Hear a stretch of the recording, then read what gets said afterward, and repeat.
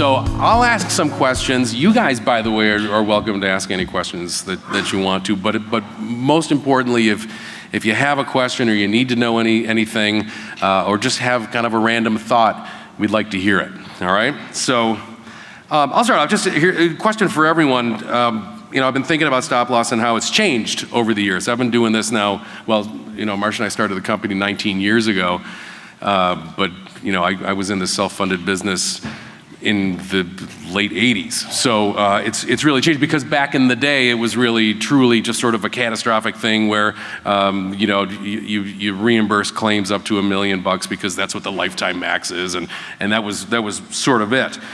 It's different than it used to be, obviously, and it's grown and changed. So I'm just wondering if you guys, just in general terms, if you can kind of share with everyone how you've seen it change, how you've seen it grow, and what kind of the differences are today than what it used to be. Does anyone want to take a poke at that? You kind of alluded to one of the things. You said that there used to be annual maximums. I probably haven't been in the industry quite as long as a couple of these folks up here, but even in the 7 or 8 years I have been, just the size of the claims, generally speaking. It used to be very rare that we'd get, a claim that was in excess of 700,000-800,000. We're seeing multiple per year that are breaching $1 million. So that's probably the easiest one to point to, is just you're like, dear God, these are enormous. They never used to be this big. So. Yeah.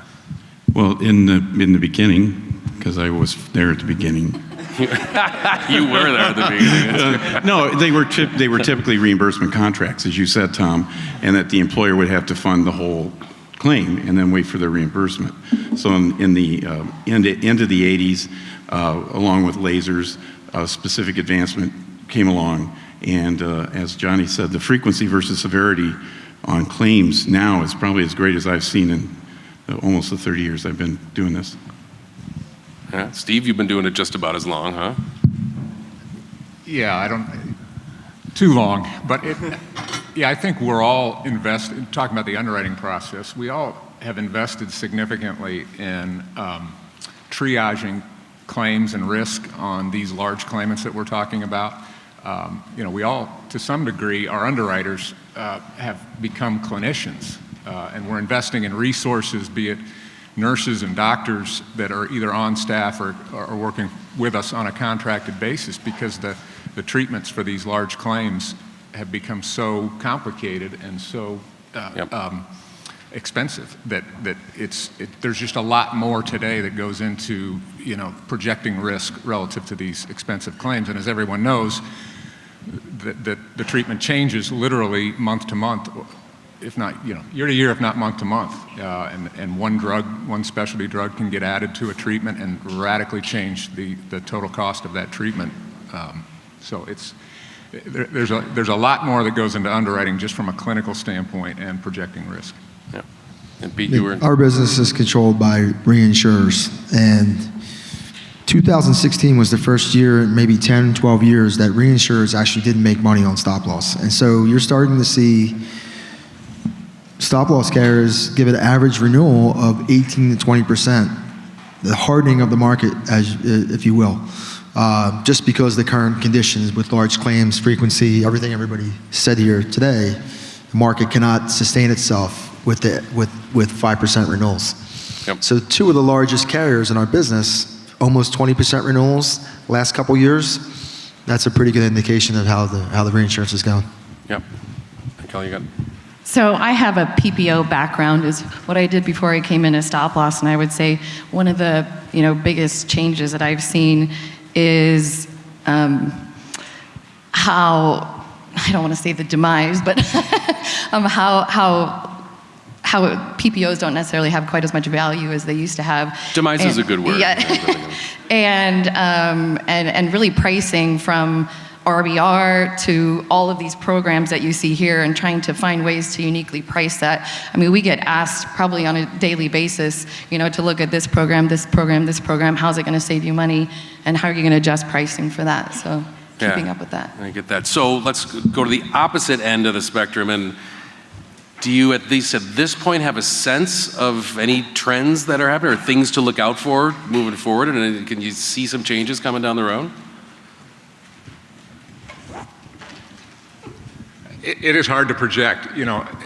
base trend continues to be single digit that we see, but as many in here will know, the leveraging effect on the catastrophic claim is markedly pronounced now.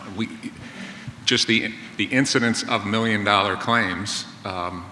There was a study recently put out by one of the larger stop-loss carriers in the market that their incidence of $1 million claims has increased 30% year over year in the last 5 years. So, I think another trend, and certainly a positive trend, is the increased onus on portability and all the things we've been talking about this week, right, Tom? So unbundling might be a popular term. That's definitely been effective with wrangling down some of the costs. I mean, as Pete alluded to, the larger direct writers, I mean, they're doling out 18-20% increases. If you look at some of those books of business, though, it's a lot of BUCA-heavy ASO. Big emphasis on no new laser, so I think, of course, those numbers are going to be a little bit higher, but I would almost argue that those larger groups are kind of putting it back on stop loss, say, well, no new laser is important, and that sort of thing, as opposed to actually cost containment and taking the bull by the horn, so to speak, bring down the costs. So a lot of discussion on large claims, $1 million claims, but what about, and we see this a lot, the $100,000 RX claim and its ability to increase leverage trend. I can't, 5 years ago, remember, the Humira's at $100,000 a year and those types of drugs where we have not one, not two, but 3 or 4 on a plan. That does have a big impact on not just trend, but the leverage trend going forward. Yeah, I get it. And I'm sure most of you watch TV. You can tell especially drugs because they're all advertised on TV, so they have such big budgets. And procedures. There's a brand new procedure that just became non-experimental last year called CAR-T therapy, where they basically remove all your blood, add a bunch of proteins to it, put it back into you. It's about $1.2 million. And then Keytruda, I don't know if you've noticed, but all those people keep changing on those commercials. Unfortunately, they're passing away. It doesn't save you, it just prolongs your life. And it's $300,000 a year. Yeah. But it's a nice death. It's a good death, right? So, Steve, you mentioned big claims, and the scariness, and since Affordable Care Act was put into place 8 years ago, which essentially just blew the roof off of any kind of limits, whether annual or lifetime. You mentioned the Sun Life study that indicated that 30% increase in multi-billion-dollar claims. So the day before ACA passed, what was the largest claim that you had seen, and what's the largest that you've seen since that time? And I'd be interested, not only you, but the panel itself. And then I'm also curious. So what scares you out there? What do you find scary with respect to big claims like that? Well, 8 years ago, I can't tell you what our largest claim was, but we were yet to have our first $1 million excess claim 8 years ago. So that's, and there's a direct correlation with, to me, to the lack of a lifetime maximum benefit requirement or the ability to put in a lifetime maximum requirement. The largest claim we've had since was $7.2 million in billed charges, and that was after the PPO discount and some negotiation. The paid amount on that claim was close to $3 million. So we saved a lot of money, but it was a really big claim. In the last year, our largest claim was $2.2 million in excess after a PPO discount was applied, and that was on a small group level funded program. So we had that claim from $1 up. Wow. So I think that the idea of it was hard to predict what the ultimate effect of not having a lifetime maximum was, or even a benefit year maximum. But what it appears to us as is happening is there's nobody managing that anymore. There's no concern in prescribing a treatment protocol with managing a benefit, that there could potentially be an exhaustion of benefits. So that is manifested in a lot of different ways, and I'm convinced one way it's manifested is just in the way these specialty drug manufacturers are pricing their product when they bring them to market. They no longer have to worry about, can we get a full course of treatment in for $1 million? Yeah, you can.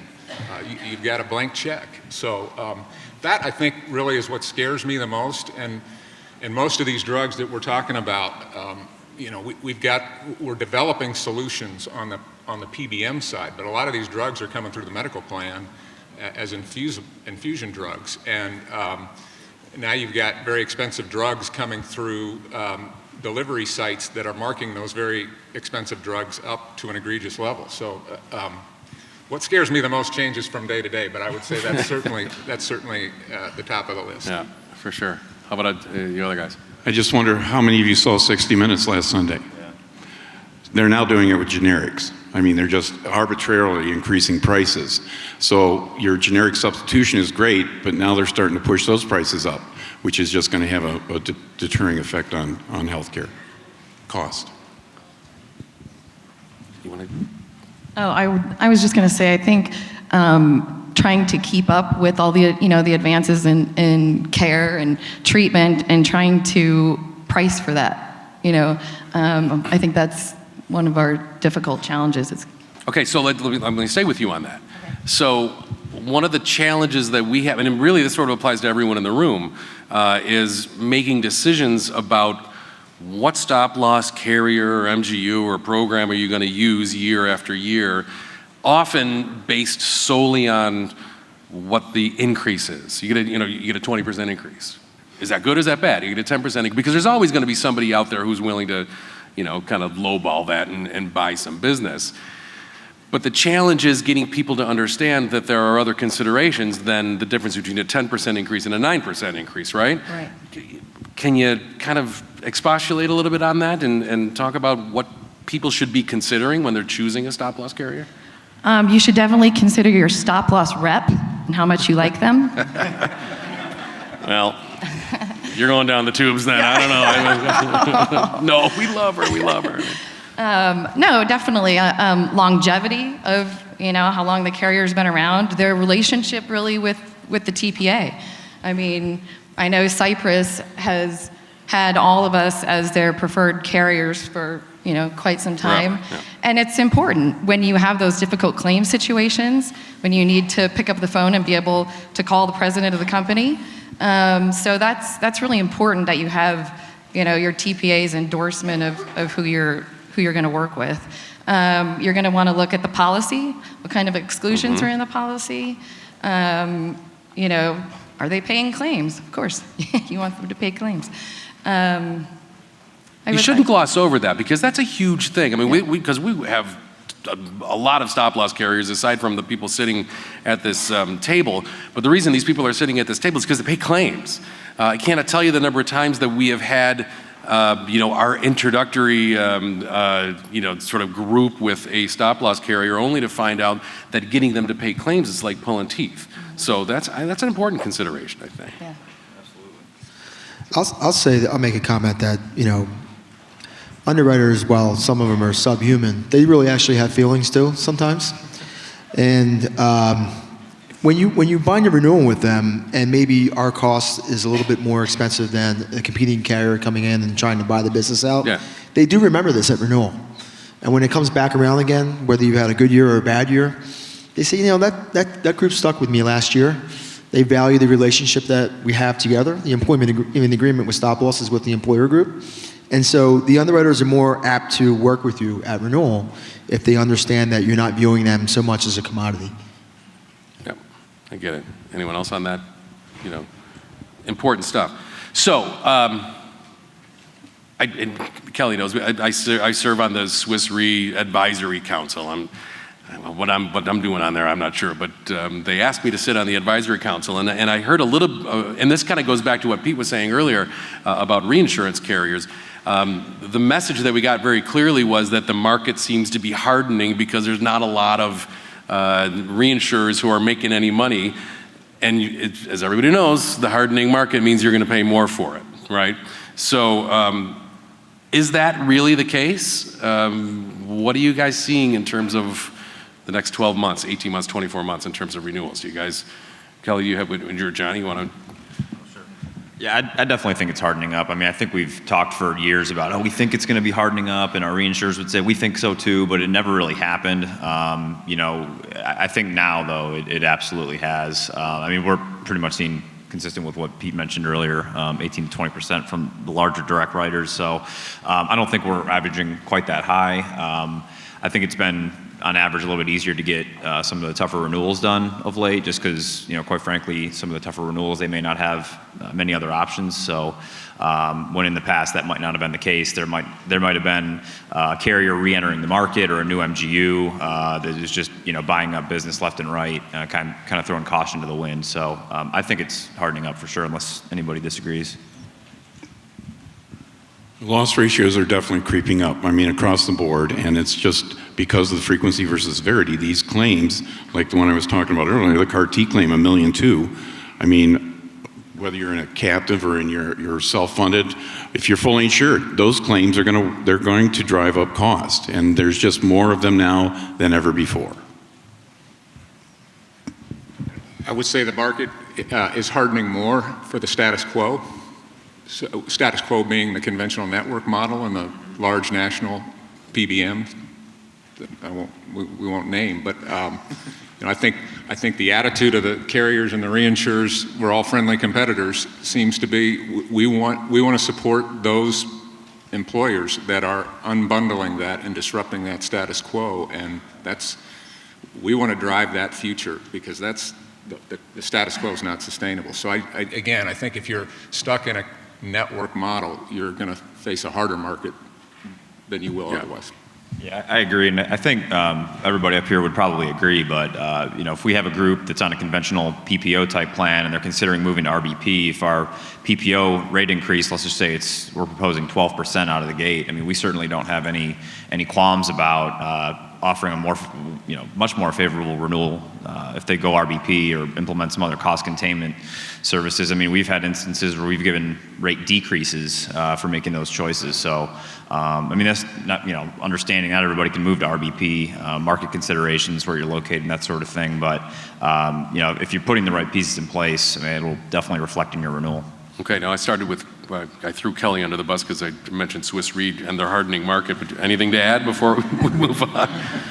I think we've definitely seen renewals increase, across the board.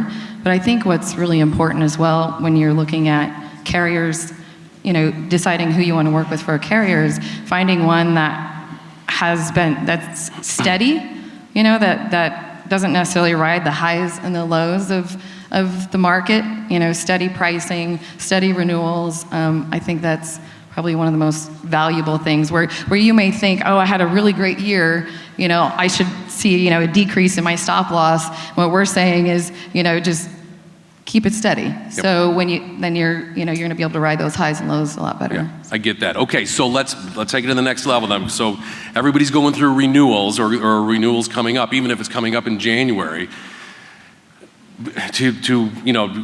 You eliminate the status quo, right? So how do you do that, and what should you do? And I guess the question is, because we talk about cost containment programs and different ways that you can control healthcare costs, do you guys have a sense of what's really, if you had to do program A, program B, program C, what's working out there? What do you like, and what do you see ultimately affecting costs? Just to rattle off three, the most obvious is RBP. We're seeing significant impact. The groups that are using the RBP products that we reinsure run significantly better on average than PPO. That's just the fact. It's the reality. Number two, I'd say, is some form of relatively aggressive pharmacy cost mitigation. Third being maybe outsourced medical management or medical management enhancement. So those would be my top three. So talking about things like what NARIS is doing, or what Host Care is doing, or what quite really literally. Yeah. Okay. What else? I don't think there's one to your point, your question. I don't think there's one blanket solution for every employer group out there. And what's great here is that through Cypress and through some of the vendor partners that you have here, you have companies that will help control dialysis. You've got a great PBM options that you offer. The matter of fact is that there's different groups have different ailments. We have groups that have 10 diabetics working 80% of the claims. Well, we have programs to address that. You have groups that have high orthopedic injuries. We've got narrow networks that we can access to help address that, fixed cost items. So I think it's a mixed bag for every employer. I think a simple one that a lot of people tend to forget about for whatever reason, I think you need to be 50 employees and above, but organ transplant carve-out. It's pretty simple. I think all probably give rate decrement for it, which is usually enough to offset the cost of that policy. Of course, you're not going to have a transplant every year. You may not have one every 5, but that product definitely comes in handy when that rainy day does happen. But that's a simple solution that just about any group can buy. That's a good one. What I was going to say. Oh, Sorry. so poor Chris can't say Took your thunder, man. My bad. I just want to mention one thing. I mean, we've heard a lot about narrow networks and specialty networks and different things, medical tourism, but clinics, I think, are a huge thing. And I'm not sure we've discussed it, but we found that where we have a concentration of employer groups, we do a lot of shared clinics. We build out the clinics for primary care. We think that the patient member experience is great. We inevitably find 1 or 2 potential large claimants that walk into the clinic so we can reduce large claims. We have generic drugs, that over 300 generic drugs that we offer walking out of the clinic. And I think that the usage of the clinic, the more utilization in the clinic gets you out of the ER and out of the specialty networks and out of the hospital systems and better overall performance. We've seen a huge turnaround with more direct primary care too. I mean, it's hugely impactful. He's on his phone right now, but I'm going to call him out. Consultant friend of mine, Justin Horn, back there. Wait, he's on his phone? Get off your phone. Pay attention. I think he was half joking, but we partnered on a group that purchased DPC right out of the gate. They came out of fully insured, bought it their first year, self-funded plan, and I think he said that the one member, when he walked in, they took his blood draw. He was drinking so many Mountain Dews that his blood was green. This individual apparently now is a pillar of health. So a lot of times it impacts the employee at a very primal level, and they really kind of turn around their own health. So it's pretty cool. That's a good one. All right, so Pete, you talked about clinics, and you're kind of lucky because you're associated with Pareto, and so you have that kind of value-added service. Talk about other, should people have any expectations about what other value-added services might be available to people through a relationship with a carrier and MGU? Yeah, I just want to start with claim reimbursement. You mentioned it before, but I mean, when you guys think about putting business with another outside stop-loss carrier, ask a simple question. When they get a claim, what's their claim time reimbursement, number one? But more importantly, when they get a 50% notice and it comes from Cypress, are they already checking the eligibility? Are they getting that claim lined up because they know it's going to be a spec hit, right?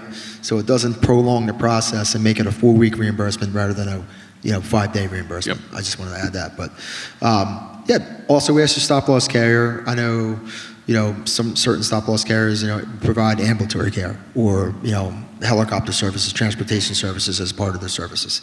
I know Pareto, we benefit from the captive and the buying power where we offer, as Clayton, you saw from earlier from Clayton, where we give, 7 or 8 vendor services as part of the traditional reinsurance offering as well. And they're meaningful. FIA Group is a great partner of Cypress. It's also a great partner of ours. They have a claim that's not usual and customary. You send it to FIA, and they're going to negotiate on your behalf. That's part of the value-added service, right? So ask your stop-loss carrier what else they're providing other than just a straight-up reinsurance. Mm-hmm. Anyone else have anything to add before we tell you to?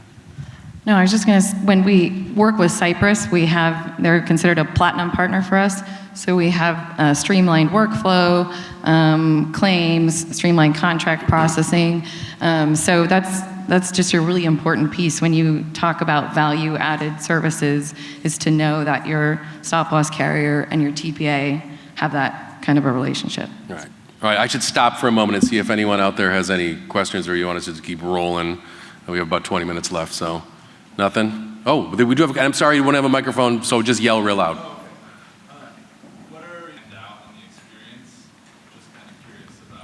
So the question is, and for those who may not have heard it, what does underwriting look like out of the chute for reference-based pricing versus being able to retroactively look at what the experience was in year 2? Yeah, that's some stop-loss carriers say, hey, you'll see these savings in year 2 and year 3. Those are probably stop-loss carriers that don't know what they're doing with regard to reference-based pricing?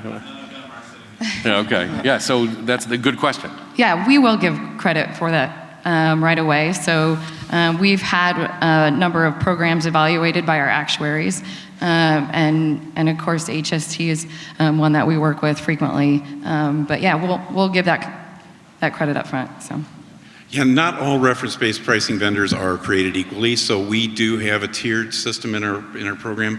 HST is at the highest. There's a couple others that are also right up there, and it'll probably be 12 to 15%. We'll give a discount coming in, and it all depends. And here's the bottom line: all depends on claims activity, how much you're going to benefit from it. But we do see the value of it. Yeah, you're right. There are a lot of RBP vendors out there, and more coming on the scene every day. And there are differences, more than nuanced differences between those RBP vendors. But we have a mantra that the least effective RBP model is better than the best PPO model. So to Tom's point, if your underwriter's not showing you a difference between a PPO quote and an RBP quote, regardless of who that RBP vendor is, then I would submit they don't get it. Well, the other thing I wanted to mention is it does matter where the group is coming from also, in terms of if they're currently with a network, a Cigna or Aetna or, any of those, then we have all of those rated differently as well. So you might see a bigger discount, moving to RBR depending upon where you're coming from, if it's them versus Blue or that, so. Okay. Just one comment. You ask about pricing and talk about pricing, what's the discount on the ag, on the spec. I'd recommend this. I'd recommend that if you're thinking about the pricing module, and take it all the way through disclosure, right? Because the evaluation of us on large claimants, reference-based pricing versus PPO, there could be a major difference in what laser we set there, right? Wrote a case actually with Cypress 2 years ago. The consultants in the room, we quoted PPO, United Healthcare, used Cypress for the HST, Matt Kennedy's here. There was a $150,000 difference between the evaluation of the claimant on the network versus HST, and that constituted a laser versus no laser, right? So just talk about pricing, think about the pricing, but also think about its impact on large claimants as you kind of go through that process. Yeah, I'm with you. All right, so Chris, you and I were talking not too long ago about this. There has been over the last couple of years an increase in the number of brokers who, and since 60% of this crowd are brokers, who work directly with either carriers or MGUs and then bring that relationship to a TPA. I guess the first question is, do you do that? If you do it, how's it going and why do you do it? And third, and maybe a question for everyone, is what should a broker know about going out there shopping and choosing a stop-loss carrier if it's any different than what we talked about earlier? Sure. Well, yes, I have seen it personally, and I think everybody's seen more brokers come directly to us for quotes. I think the key is, though, if you're working with a good TPA like Cypress, once you have done that, you turn it over to them and let them handle the relationship, because it works much better. I've actually got clients that are with Blue Cross and Blue Shield and another fully insured carrier, and the broker has to be in the middle of that, and they just don't do it every day, so it can be a little bit messy.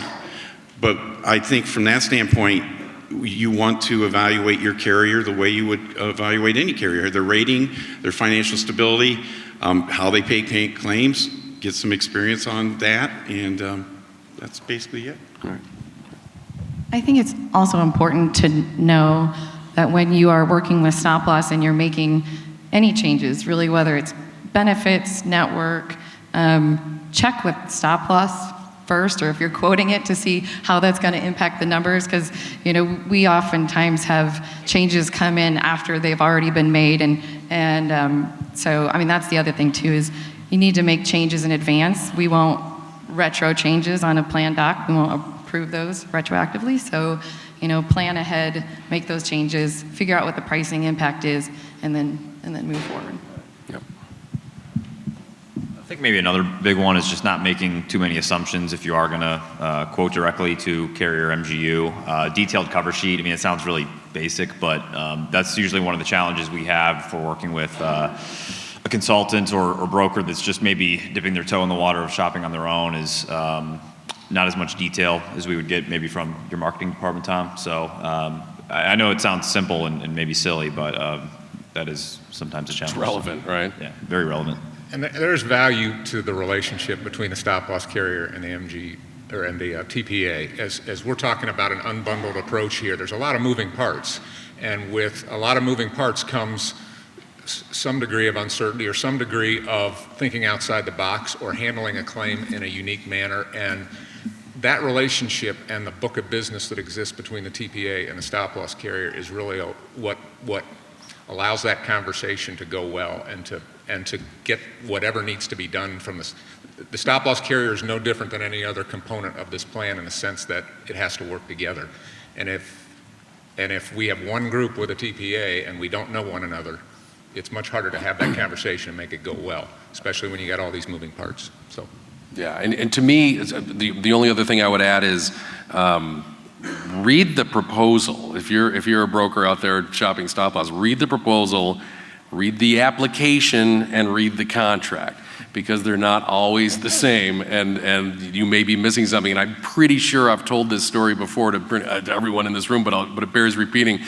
We actually lost a case a few years ago when a broker brought in a quote from an existing case of ours from a stop-loss carrier that was way below what everyone else was doing on this renewal. It was, I don't know, 30% below or something like that. And we were like, yeah, that doesn't sound right, but okay. And so they left, went to another TPA, went to another MGU, and turns out that there was a claim at the end of the year that's something like, I want to say it was like, I wish Marcia was here. Marcia, do you remember that? The December 23rd claim was like 125 grand, or how much? Yeah, like 98 grand, which didn't get reimbursed by the new stop-loss carrier because they had a $25,000 specific run-in limit that the broker never saw in the application or the proposal and never presented to the client. So as you can imagine, a lawsuit ensued. So read the contracts. Probably one of the biggest things that we're seeing lately, or I've seen lately, is that if the employer has a handbook and a document, they should coincide and have the same definitions in them. That's not the case, and that's something that really everybody should review. Because if the definition of your layoff or your personal time leave is different than what's in the document, there's going to be an issue when there's a claim. Yep. Anything else? If you decide to have Cypress shop the stop loss, because they are such a good partner with us, that we do give them certain things like early lock, no sign disclosure on their cases. So there's, you have to weigh that in as well. If you're really wanting to move on a case. Cypress has a tremendous loss ratio with us, and so we also take that into consideration when we're, looking at these cases. So if you're not quite sure, there is some benefit to having them do it if it's something you don't want to take on. Awesome. Thank you. All right, so a couple more minutes, but Steve, I want to follow up with the conversation that you and I had not too long ago about national networks, about PPO networks. And I think, cat's out of the bag on this, and I think my suspicion is that every single person sitting at this table would agree that the efficacy of PPO networks is gone. They're an anti-value mechanism, in my opinion, and a lot of people's opinions, which is the reason why things like reference-based pricing and value-based payments is becoming more and more popular. I guess the question is, what's your take on networks? I know what your take's going to be. What's your take on networks? Have you ever seen an example of someone being taken down by a really, really bad network contract? A plan being taken down? I don't know that I've seen an employer go out of business or shut their plan down because of a specific claim in a network. But it's not out of the realm of possibility. Look, again, the networks are not doing us any favors. I don't know if anybody in this room has ever seen the contract that exists between the network and a provider, but it's just a big black box. We've never seen it, and we have had enough claim activity, large claim activity in networks that we get glimpses. One of the dirty little secrets is that many of these networks have arrangements, contracts in place with the provider where they get a percentage of they get a fee in addition to their access fee, of a percentage of the paid claim. So what incentive is there for that provider or for that network to help manage the cost of that claim? The higher the claim, the more money they get on that percentage fee basis. So there is no incentive for the network to save money anymore. May have been at one point in time. And there's also no incentive for them to take any position other than adverse to the plan and in favor of the provider at point in time of claim and large claims. So that's why they continue to resist any effort on the plan's part in bringing in these components to help manage that high cost claim. And it's a dinosaur. That model is not sustainable. Yep. Everybody else agree? Are you with it? Anyone have any other bad things to say about networks? All right, so I should give Johnny an opportunity to talk about because I know Pete was talking about his relationship with Pareto and the captives. You have a captive as well. Yep. Fill us in a little bit about what you're seeing in the captive space and how that's affected in the stop loss side.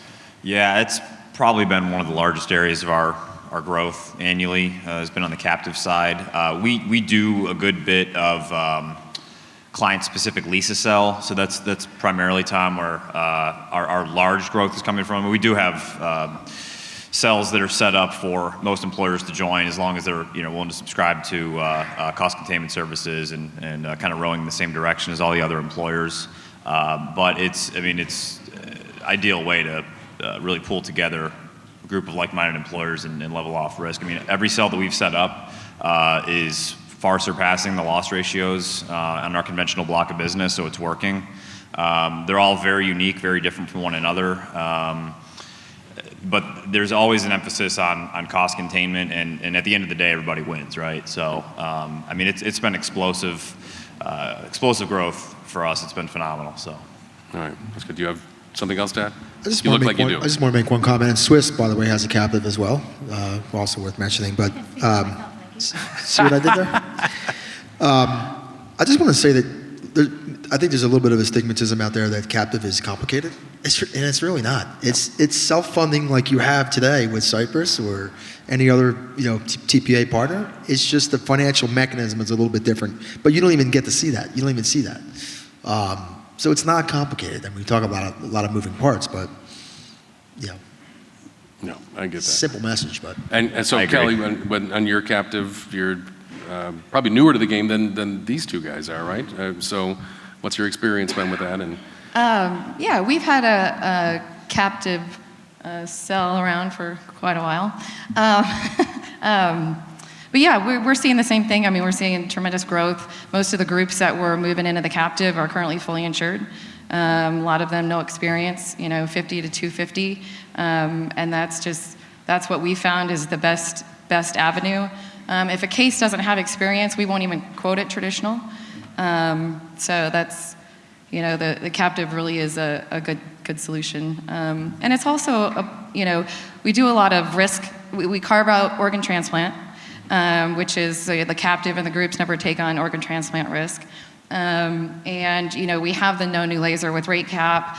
So it's definitely a protected vehicle for those groups who want all the benefits of self-funding, but not take on all the risk themselves and a little more stability in their renewals every year. okay, so you mentioned all of the groups, if not most of them, are coming from fully insured. Nature of the beast, right? Because typically a captive group's going to be smaller to mid-size employer. And this doesn't just apply to captives, but this is really across the board on the stop loss. What's your challenge with respect to bringing somebody from fully insured to a self-funded plan with stop loss coverage? And probably everyone has a take on this. Probably the biggest hurdle is just getting beyond the mindset of max cost, max cost, max cost. If this isn't substantially cheaper than my fully insured renewal, why am I going to move? That's probably the biggest one, at least the biggest challenge. But I mean, that's just the reality, unfortunately, for most groups that we look at between, I'd say, 25 and 100. More oftentimes than not, they're purely making the decision just based on where total max cost on our option with you guys is coming in compared to their renewal with UHC fully insured or whomever.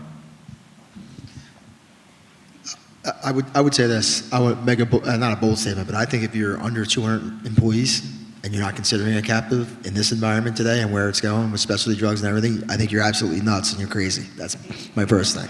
But And that's a not just self-serving because- comment, isn't it? Right. But I think the frustrating part is, where's the data, right? I mean, how are you going to underwrite it? You guys are going to come to us and say, hey, give me a quote. It's fully insured. We want to go to self-funded. And we're going to give you a manual quote that's going to be 30% higher than the fully insured renewal on a max cost basis. And even if they run as expected and they run well, it's still limited savings. So ask your partners, what is the underwriting mechanism? What are they doing differently than just giving a manual quote? What are they doing from an underwriting perspective to get that fully insured quote, get the limited experience, and get that to a point where not only it's sellable, but sustainable? It's easy for anyone else to buy a stop loss quote or give a low quote the first year, but then what's the renewal going to look like, right? Yep. How can you sustain those numbers over time? So, Well, because Chris, you and I were talking yesterday afternoon before the start of this thing about, and going back to what Johnny was saying about, what's the max cost? What's the max cost? Which is all driven by ag factors, which, take up, the vast majority of the max cost, despite the fact that no one ever gets there. I mean, the point of aggregate attachment points is to have nobody ever get there, right? So, Right. how do we convince people in this room that you don't look at the max cost? Well, I'm trying to right now, I guess. But so what's your experience with trying to sell that? Well, again, back when I first started working in this business, there was very few aggregates. It was specific only. And most employers just would know that their claims activity, and then over time, it became a vehicle to help employers budget. But it is normally 125 to 130% of expected claims. So the likelihood of you hitting an aggregate attachment point is like 1 in 100 years.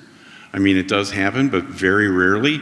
So when you're looking at those kind of things, especially if you're looking from a new group coming into this, when we first started selling these things, if we were in 110 or 115% of what you're currently paying the fully insured carrier, we were thinking you're going to win because you're going to save 25% of the claims costs, certainly the first year, because you're only looking at 9 months worth of claims. So it's kind of a protection out there, but it's kind of, like they say, sleep insurance. You're not going to use it. All right, I see from the clock that we have 2 minutes left. Is there anyone we do have thank God. There's a microphone. I got no more questions. I don't know what to ask. So my question is around the number of cases percentage-wise you're seeing being written with you could use the term excess risk reimbursement or premium refund component in the contract. Are you seeing a certain like a percentage? retro where you're getting premium back if it's not used? No, I'm talking about at the end of the year, you evaluate the case. If it's performed well, you split the profit with the client up to 15, 20%, whatever the number is, in quote-unquote reimbursement of profit, if you will. And if you're seeing much of that, what kind of rate load you're typically seeing being applied to that case for that feature? We haven't experienced a refund feature. I'm not sure if that's... Yeah, that's what I'm talking about. It's still fairly relatively low, I think, in terms of, I don't know what the exact percentage is, but that we sell on that. The case has to run, I think, a 60% or better, and then they can get up to 25% of their net spec premium returned. So, I mean, it's a good thing to, we can always run some numbers and show, whether or not it's a good value because it's a 4.5% load to premium. So for those cases that, typically run really well year after year after year, that's a good, it's a good thing to consider. If it's a case that doesn't ever run very well, then, they're probably not going to want to pay for it. But, at the same time, the groups, they can, if they really want to save on premium up front, they can increase their spec deductible. They can throw on an ASD. So there's, I haven't seen a real high percentage of it, but I'm seeing more of it. I'm seeing some other direct carriers out there also just, including it as well. So. I concur. I think it's a very, very good value proposition, especially for larger employer groups, right? And you have the experience there, right? The 4% charge, 4.5%, I think is worth the bet. And I think it's especially worth the bet when you're partnering with a TPA like Cypress, where you have great claims management, functionality there. So your new group coming on, I think you definitely should explore the possibility of getting some of a product like this, so, for sure. All right, we have 17 seconds. Does anyone have anything to add? I've been sitting here and I'm just compelled to say one of the things I've seen recently, and I'm going to say the last 5 years, is that risk averse is not the right word, but employers and brokers in general, and I know I'm speaking to both of those here, you'll see your renewal and it'll be 15% or be 10%, whatever it is, and if you look to the right-hand column there, you've got a little higher deductible that can take a little more risk and maybe save the difference between 2 or 3 deductibles.